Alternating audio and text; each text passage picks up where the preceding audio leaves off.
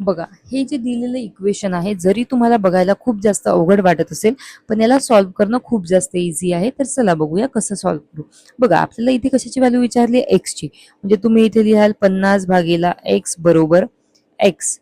आता भागीला. आता इथे कोणता अपूर्णांक दिलाय? मिश्र. त्याला आपल्याला अपूर्णांकामध्ये कन्वर्ट करावं लागेल. कन्वर्ट करताना आपण काय करतो? 12 गुणिला 2 प्लस 1. म्हणजे 12 गुणिला 2 बरोबर 24. 24 प्लस 1 बरोबर 25. म्हणजे इथे येईल तुम्ही जे 25 आणि जो छेद असतो तो ॲज इट इज येईल.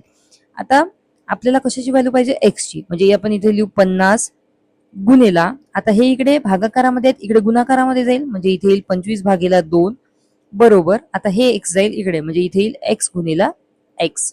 ठीक आहे.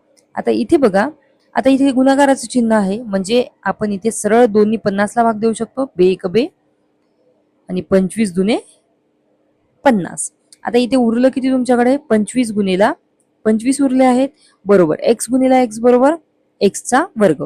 आता हा 25चा स्क्वेअर किती होते?